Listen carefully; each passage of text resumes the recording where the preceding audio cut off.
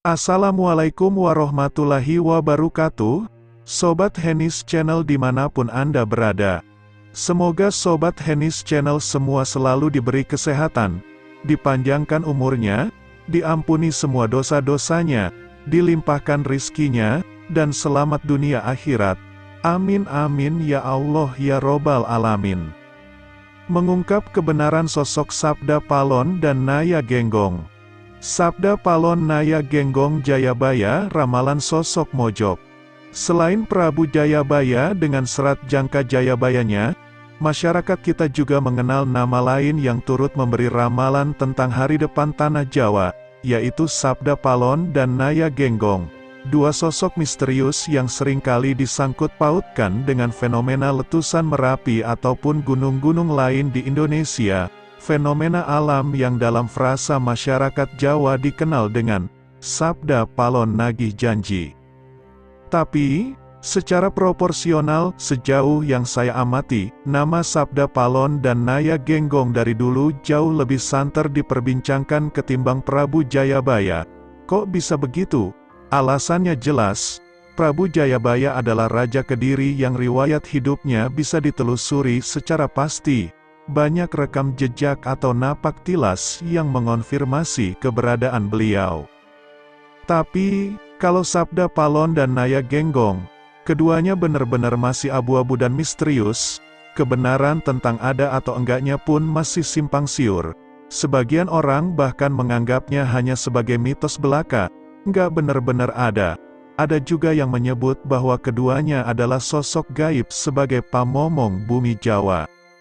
Sementara yang meyakini kebenaran adanya dua sosok tersebut, asumsinya nggak jauh-jauh dari sumber-sumber yang menyebut bahwa dua sosok ini merupakan punakawan atau penasehat spiritual dari Prabu Kertabumi, Brawijaya V, penguasa terakhir Majapahit.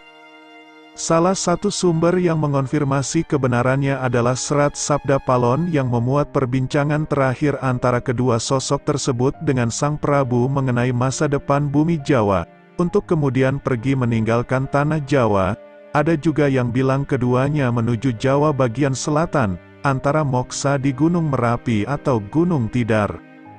Seperti yang termuat dalam serat Sabda Palon Pupuh 4 dan 6 tentang menuju ke selatan Jawa, dan Pupuh 16, terakhir, tentang moksanya berbunyi, Sabda Palon nula mukswa, sakedap boten kaeksi, wangsul ing zaman limunan.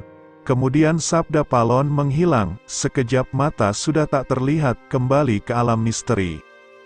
Peristiwa tersebut dalam Candra Sengkala, hitungan kalender Jawa, dikenal dengan sebutan Sirna Ilang Kertaning Bumi. Sirna, 0, Ilang, 0, Kerta, 4, Bumi, 1 sama dengan 1400 Saka, 1478 Masehi. Pemilihan nama Kertaning dan Bumi ini disinyalir diambil dari nama Sang Prabu sendiri. Tanda ini turut menguatkan kabar bahwa kedua sosok tersebut merupakan punakawan dari Prabu Kertabumi. Pertanyaan selanjutnya, kalau toh memang ada, siapakah sebenarnya kedua sosok tersebut? Apakah sosok nyata atau justru merupakan sosok gaib? Lalu, apa hubungan antara kedua sosok tersebut dengan sosok Dang Hyang Semar Badranaya, Mbah Semar? Sebab, kalau diperhatikan, ternyata ada banyak kesamaan kisah dua sosok tersebut dengan Mbah Semar. Dari beberapa informasi yang saya himpun, ada 4 asumsi mengenai kebenaran eksistensi dari sosok Sabda Palon dan Naya Genggong. Pertama, Sabda Palon dan Naya Genggong adalah sosok nyata, manusia sebagaimana umumnya. Jika ditelusuri, ternyata keduanya memiliki silsilah leluhur, yaitu masih keturunan dari Empu Tantularvi, penulis Kakawin Sutasoma yang menjadi muasal penggunaan Bhinneka Tunggal Ika sebagai dasar negara. Nama asli Sabda Palon adalah Dang Hyang Smaranata, lahir 1328 M, dan Dang Hyang Panawasikan, lahir 1337 M. Secara keseluruhan, silsilah leluhur dari dua sosok tersebut adalah terah para Brahmana dan Begawan, yaitu gelar untuk orang-orang yang bergelut dalam dunia ilmu dan spiritual. Itulah kenapa keduanya kemudian menjadi penasehat bagi Prabu Kertabumi.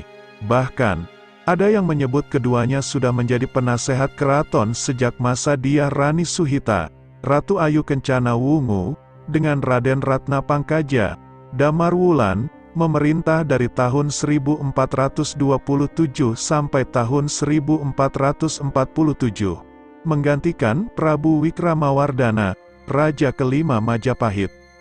Mas Damar Sasangka menyebut, kedua sosok tersebut ini dulunya adalah penasehat pribadi dari Raden Damarwulan. Berkat nasihat dan siasat dari keduanya, Raden Damarwulan akhirnya berhasil menumpas pemberontakan dari Adipati Menak Jingga yang waktu itu menjabat sebagai Adipati Keraton Wetan Majapahit, Blambangan.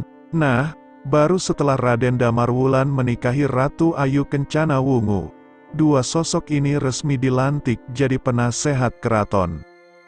Kedua, Sabda Palon dan Naya Genggong merupakan sosok gaib pamomong bumi Jawa.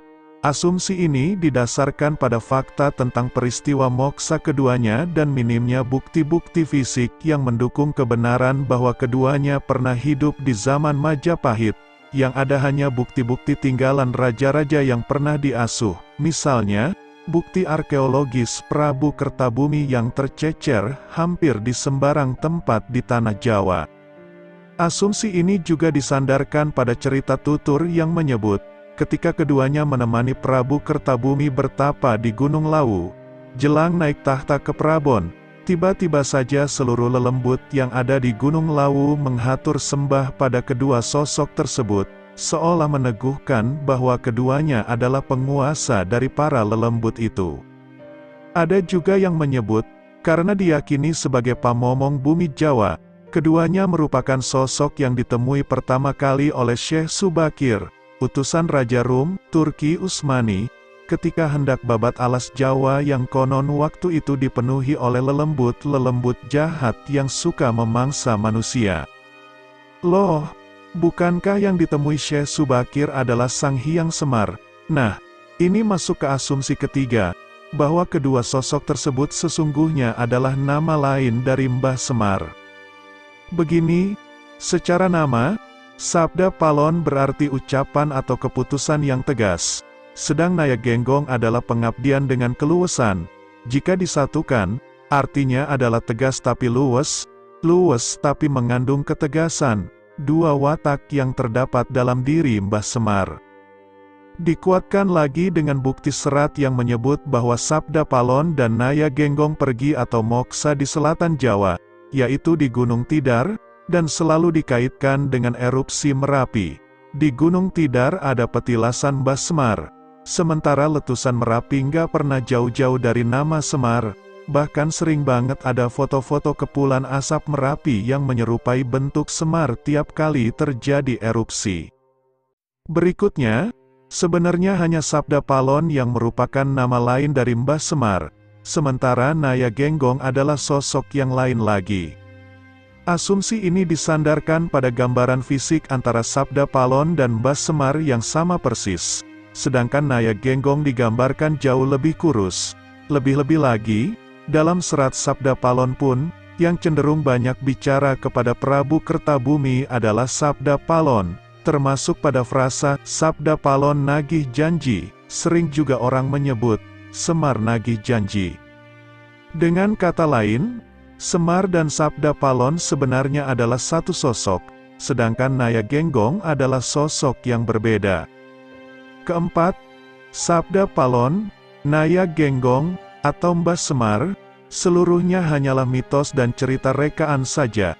1. Beberapa sejarawan mengatakan kalau serat Sabda Palon itu ditulis oleh RNG Ranggawarsita, pujangga masyhur dari Keraton Surakarta, yang juga dikenal sebagai seorang yang waskita atau bisa meramal masa depan.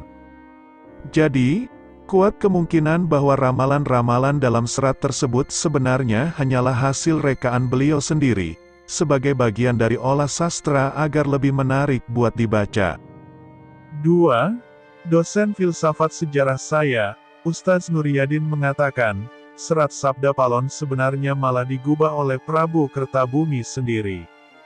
Dan sama, Kedua sosok tersebut hanyalah tokoh rekaan, manifestasi dari Sang Prabu yang berdialog dengan pikiran dan batinnya sendiri.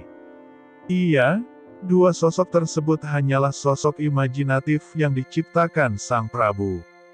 Mirip seperti dalang yang seolah berbicara dengan wayangnya, padahal sejatinya berbicara dengan dirinya sendiri.